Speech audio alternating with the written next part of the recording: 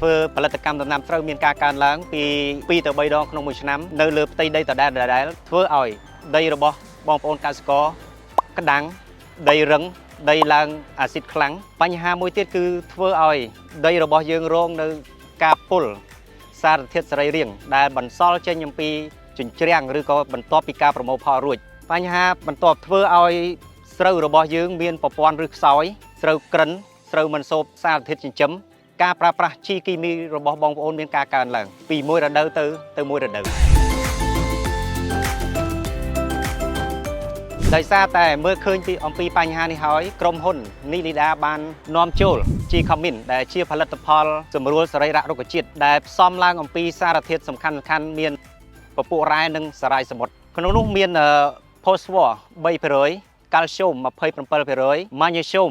16% និងស្ពាន់ធរ 3% ជីខមីនគឺជាបច្ចេកវិទ្យា Rhizo ដែលមានតួនាទីសំខាន់ក្នុងការជួយសម្រួលទៅដល់ពួកអតិសកុមប្រាណដែលនៅក្នុងដីជួយបំបែកសារធាតុគីមីធ្វើឲ្យដំណាំងាយស្រួលក្នុងការស្រូបយក NPK ពីក្នុងដីកាត់បន្ថយការបំភាយមិនឲ្យលើសពី 10% បាទយើងប្រើអ៊ុយរ៉េ50គីឡូបូកជាមួយនឹងជី DAP 50គីឡូលាយជាមួយនឹងជីខំមីន25គីឡូ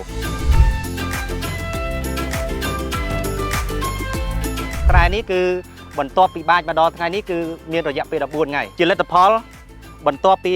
ការប្រើប្រាស់ការបាចលើកទី1យើងមើលពាក់ព័ន្ធជាមួយនឹងប្រព័ន្ធឫសស្រូវទី1គឺឫសស្រូវវែងធំមានលទ្ធភាពគ្រប់គ្រាន់ក្នុងការស្រូបយកសារធាតុចិញ្ចឹមទី2ដងដើមរបស់ស្រូវរីកធំមានពណ៌បៃតងបែកគុំល្អមានកូនច្រើនចំណុចដែលសំខាន់មួយទៀតស្លឹកស្រូវដែលយើងបានប្រើប្រាស់ជីខំមីនគឺស្លឹករបស់វាធំក្រាស់ហើយ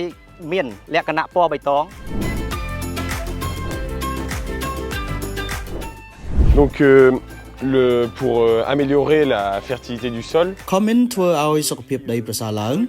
ដោយវាជួយដល់ដំណើរការកកើតឡើងវិញនៃពពួកមីក្រូសារពាង្គកាយក្នុងដីដែលពួកវានឹងទៅបំបែកសារធាតុខានិកហើយបំលែងសារធាតុខានិកទាំងនោះទៅជាសារធាតុចិញ្ចឹមចាំបាច់ដែលទៅជួយជំរុញការវិវត្តប្រព័ន្ធឫសនិងជីវម៉ាស់និងជួយដំណាំឲ្យបឺតស្រូបសារធាតុចិញ្ចឹមបានល្អលូតលាស់លឿននិងមានសុខភាពល្អ plus de nutriments et améliorer le fonctionnement de la plante.